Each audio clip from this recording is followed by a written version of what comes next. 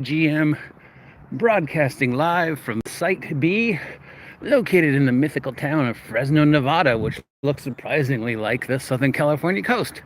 It's Friday, the, 20 something, and we are taking another walk to, burn off those holiday calories. I have been accused of being an AI. I don't know if you saw that yesterday. I'm an AI. This is all AI. This isn't real. It's not a real tree. This is like the same time the person said I couldn't walk to my job, so I must not live in California. I mean, if you're gonna troll me, carrion eater, at least, be more imaginative. Anyways, it's up to you to decide whether I'm real or an AI. It doesn't really matter. Speaking of matter and bird impact, we've got another doom tuber conspiracy slash prophet of the doom of the hobby. I don't know why all the big voices in the dungeon tubing community have jumped on the doom and gloom bandwagon.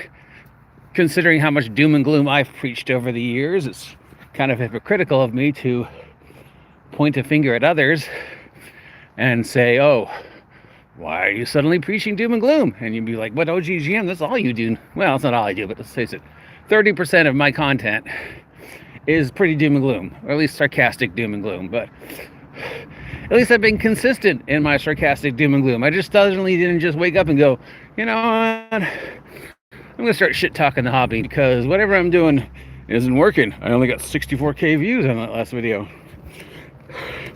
So we've got a brand new one. And it's always nice to see new takes on existing nonsense. I wished that we'd get some completely new ones. And these are relatively new, at least new takes on old hat. So today's doom and gloom is, does Dungeons and Dragons still have impact on global pop culture and global media and people? Does it still have impact in January, oh my god, it's getting cold, of 2026, as opposed to the impact it had, I don't know, yesterday, last month, last year? I mean, when has it not? Pretty much since D&D came out of the gate, it has been impacting everything. It is very hard to find things that aren't directly or indirectly influenced by the idea of D&D. You don't believe me? Just look at, 99% of every fantasy and science fiction movie that came out between, 1977 and 1990, 2002. Without D&D, you don't have Hawk the Slayer. Without D&D, you don't have the Sword of the Sorcerer. Without the D&D, you don't have, Beastmaster and all those other great fantasy films that came out. They owe their DNA as much to D&D as they do to Ray Harryhausen and his epic fantasies, okay? So now we move forward to the post-Stranger Thing worlds, because Stranger Things has supposedly ended. New content. Yes, double tap the screen to like the live stream. Newish, before the 1980s. That's what I said, isn't it? Alright, so now that Stranger Things has ended, or supposedly ended, I don't know if anybody's following all the Stranger Things controversies and rumor mongering that the end wasn't actually the end and there's secret endings. I wonder how long they're going to be able to milk that secret ending thing. And I guess we're also saying, well, everything else that D&D influenced last year, it isn't anymore influencing. So does D&D still have impact culturally, pop culturally, in the entertainment industry, in the gaming industry? If I went on to Kickstarter, like I did this morning, and looked, would I still find several hundred D20-esque products? Or is it over? Is it now reached its zenith and everything from here on is... Crazy homeless man. Pick a different street. Yes, we have crazy homeless men here too, and AI wherever I live. You can't walk to work in California. You obviously are lying about where you live. Why would I lie? You're not a real person. You're AI. Why? Hi. Okay, so do we feel D&D still has impact today? The answer is yes. Yes, it does. Does fantasy still have impact on pop culture and entertainment? Yes. Yes, it does. D&D is just a blank Band-Aid that we put on the idea of this sort of what my friend used to call Hollywood medieval, Hollywood fantasy, Saturday morning cartoon fantasy, Hollywood medieval. I haven't used that one in a long time. It's a good one. We should bring it back. Or has that impact ended? Now that Stranger Things is over, and I guess we're just ignoring Critical Role, though let's face it, it's not doing as well this year as it did previously. And every other thing that D&D has influenced. If I go on to Kickstarter, well, I'm just see a barren wasteland where yesterday there were hundreds of titles that were D20 related being kickstarted. Is the boom over? Stranger conclusions, non-conclusions. That's a separate topic, but yeah, they are definitely milking there's a secret ending. We actually filmed more. Attempt at a fairy garden. So obviously, this is a weird position because there's nobody who's waggled a finger at Wizards of the Coast and D&D more than I have, without going on into the extreme, like some of our friends. So it feels like I'm being a hypocrite by pointing my finger at other people who are saying the things that I've been saying for years and going, stop it. But I gotta say, stop it. There are plenty of other things associated with Wizards of the Coast and Dungeons and Dragons that you could focus negativity on, like I have, than these clickbait topics that you're just vomiting out to try and remain holding to your, oh no, I only got 60. This is all based on that, got 64K subs on my last videos or whatever it was. The Dungeon Tubers don't feel they're as relevant as they were last year, so they're grasping at straws of negativity because, let's face it, negativity sells more than positivity. So Cooperative Waffle says, well, yeah, many fans are moving away from D&D. Well, that's completely true. D&D as a D20 fantasy system is definitely not as relevant as it was, and also more relevant now than it ever was, because just look at all the other people making games right now. Hi, dog. Good afternoon. Oh, don't worry, buddy. I'm not going to hurt your friend. Hi. Hi. He's friendly. Oh, hi, Pupples. Nice to meet you. Thank you. Should we go look for the skeleton again? Yeah, let's go look for the skeleton. Didn't find it last time. This time we will find the skeleton. So what do I mean by relevant and influencing? Is it still impactful today? Because I guess it wasn't yesterday. I don't know. I don't know where this is coming from. Now, are we talking about D&D, the brand, or D&D, the game engine? Because I think we can agree with no shadow of doubt that Gygaxian level-based D20 fantasy, or Wizards of the Coast level-based D20 fantasy, and Dungeons and Dragons are two different things. So Dungeons and Dragons 5.5 2026 Wizards of the Coast D20 level-based fantasy, is it as impactful? No, but still, as opposed to Dungeons and Dragons, the brand, the all-encompassing umbrella, is it still as impactful today as it was a year ago from today? Yes, it is. That impact is never going to go away, guys.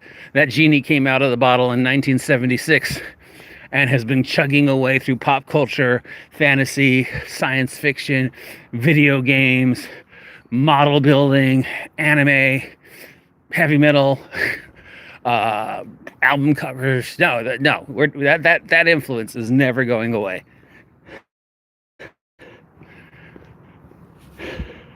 the influence of the 5.5 system, whatever the fuck that is. I don't think 5.5 is as influential now as OGL D20 from 2014 was. No.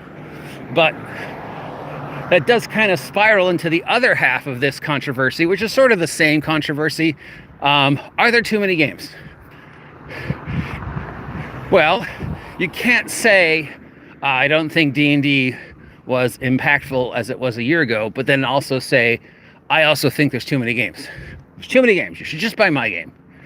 Yes, you should just buy my game because mine's only $4. Show me anybody else is charging $4 for their game. But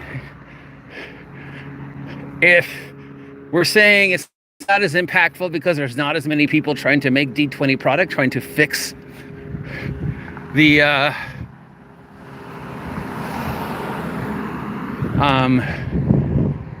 paradigm, well, that's not true. That is completely untrue, because you just also said there's too many games, and there are a lot of games. But the fact that there are a lot of games constantly being churned out is not new. The history of the hobby, even at its most dead, which for me in California was late 80s through mid 90s, D&D was completely dead.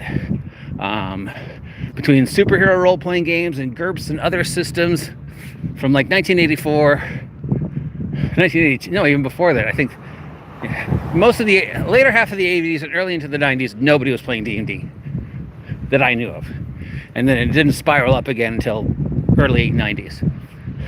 But even at its driest, people were making games. You could not throw a rock in the hobby without hitting someone. Not that I'm recommending you should throw rocks, but without hitting someone who was making a new game. So there's too many games. That's not new. The last time I checked how many titles were OGL titles was, a long time ago. And there were several hundred titles being made before 2023 in the OGL schedule. And if you go on Kickstarter today, if you go on Drive-Thru today, if you go on Etsy today, if you go on Itch.io today, and this is just the United States, by the way. We're not talking about the rest of the world, who, I'm sorry to inform you, also games. We're not alone. It's not just us playing these games. It's a worldwide phenomenon, and in space. It's fucking played on battleships. It's played in prisons. There are hundreds and hundreds of games. So, sure, maybe there are too many. Maybe none of those games will be in next Shadow Dark. Most of those games will never see the light of day. Most of those games will have one or two fans, like, me and Raven Star or Lady Blackbird or Deep Blue or some of the other really obscure games. And I would say most game creators should know that going in. With very few went into this just with the sole purpose that I'm going to make money and I don't care. Obviously DCM Draw Steel is a perfect example of somebody who went in just to make money. Same with Brandon, but yeah. Oh, Skeleton, over there? There he is. I knew I found the right street. He's all dressed up for the spring. So in that source, yes, it is still impactful because people are still making games, because you said there's too many games. There's tons of games. You can't throw a rock. Don't throw rocks without finding a game. Will any of those games ever break through? Ah, how sweet. He's dressed for Valentine's Day. If you have one of these and you spent the, $250, $300, there is no reason not to have it up in your yard year round. If I had one, it'd be in my yard year round. I would decorate it to match the theme of the week. I love it. I love the fact that people do that. They're so creative. Now, unfortunately, a lot of these people who are saying there's too many games will also try to slip in, but you should buy my game. I want to point doom and gloom at the glut in the hobby, but then I also want to say, hey, buy my game. And they're trying to be able to subtle it about it. Unlike me, who is blatant about it, please buy my game. Steve the cat wants to eat, and mine's only $4. But we cycle away from that title of are there too many games? Is D&D impactful? Because it's the same thing. The fact that there are too many games means the idea of whatever is D&D in your brain is still impactful. It's still important. If the tabletop dice hobby is still influencing D&D, the brand, is the most ingrained into our pop culture subconscious. Love or hate it, you can't change it. At least here in the States. And for at least a large percentage of the rest of the world, when I say Dungeons and Dragons to 90% of any of the human beings I meet, they're going to have an instant image in their brain that has been programmed through the pop culture zeitgeist of knights, elves, wizards, dungeons, geeks rolling dice in their mom's basement, fat white people, the satanic panic. Bad or good, there is a certain DNA, there's a certain idea that is associated with that word, which is what Wizards counts on. They count on the branding. They count on that blanket statement. They count on that blanket statement of what D&D is to every genre, because that is what they're marketing. They're not marketing a game anymore. They've said that. They're marketing the idea. They hold the intellectual property of the idea of Dungeons and Dragons. This is a historical marker?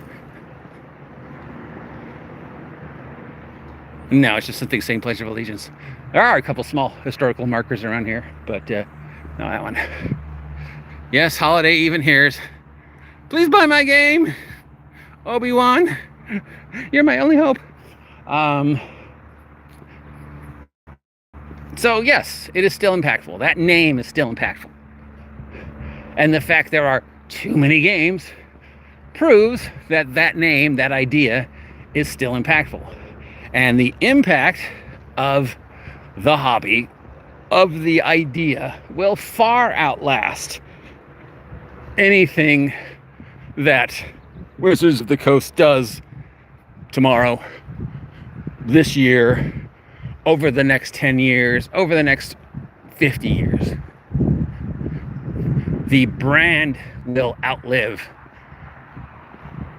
Wizards of the Coast D20. The impact of Wizards of the Coast D20, Gygaxian D20, dramatic play with rules will outlive anything. Howdy. How you doing? You do, I do, Wizards does, the industry does, for decades. Now, we're not buying your game. Why not, Obi-Wan McNody? My game's awesome. And it's only $4, warts and all. That's a lot of work for somebody who's not a real person but an AI. What is that? Oh, it's a lawnmower, I think. Cool little lawn. Let's turn here. Shall we? Going down new streets, seeing things I've never seen before. You know, that theory that you could live your whole life in an area and only know like 2 streets.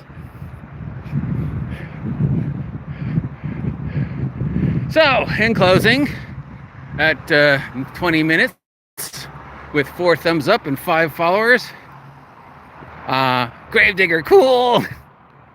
Who remembers Gravedigger? Who remembers monster trucks? Impact on pop culture. So, in closing, in regards to the is D&D, the system, still impactful? Yes, of course there is. Otherwise, you would not also have said there's too many games. Is D&D the pop culture idea that has been built into the DNA of everything associated with the industry since 1977, 1978, whenever Wizards came out. We're the first of the Hollywood fantasy schlock films came out post Ray Harryhausen. No, that's not going away either. I dare you not to walk around the world and become consciously aware of how many things are directly or indirectly impacted in some shape or form by the viral DNA of the pop culture phenomenon that is role-playing. It's just sheer happenstance that we give that pop culture phenomenon the name Dungeons and Dragons. And it is purely good business that Wizards of the Coast, in all their stupidity, still finds ways to monopolize that idea. And that idea will outlive the game, outlive you, outlive me, outlive AI, outlive everything until we're just, glowing entities of pure intellect and cat videos floating through the universe. But still somebody will look at something 10 billion years from now and go, is that D&D? So how has the hobby impacted you? What is sitting around in your point of view that you can look at and go, oh yeah, that was impacted by the myth that is D&D? You tell me. Or it could just be an AI who doesn't live in California spouting off nonsense. Quit disrespecting Allah. Okay, now I'm now just disrespecting Allah too. Man, I can't win this week. All right, guys, if you're gonna insult me, just know that you have to top the insult I got last year from a certain YouTuber who referred to me as an ungodly heathen that needed to die in flames. You gotta top that, because that's the best insult threat I think I've received in my entire YouTube career, if not my life. An ungodly heathen who needs to die in flames. So if you're gonna toss insults at me, you gotta do better than he's an AI. All right, the bar is pretty high. I just want to close on that, Veruca. If you're gonna toss shade at me, you gotta try hard, because it's gonna be tough to top, knowing that somebody out there wants me to die in flames because I'm an ungodly heathen. And on that cheery note, on this lovely Friday spring afternoon here in Fresno, Nevada, which apparently doesn't exist because I'm an AI, I wish you all a great weekend, and I will talk to you later. Thank you to all 5 of you and all 4 of you for being part. If you appreciate this content, let me know. If you haven't had a chance to like, share, and subscribe, please take a moment to do so. If you really like what I'm doing and want to support me, I've got my games on drive-through, link down below, $4. I've got a Ko-Fi that you can use to support me. But if you do not feel that this lowly AI who does not live in California is not worthy of your hard-earned ducats, I completely understand. All I can ask from you is that you spread a little kindness and a little humor in this whacked up world. I'll talk to you tomorrow. I appreciate you. Bye.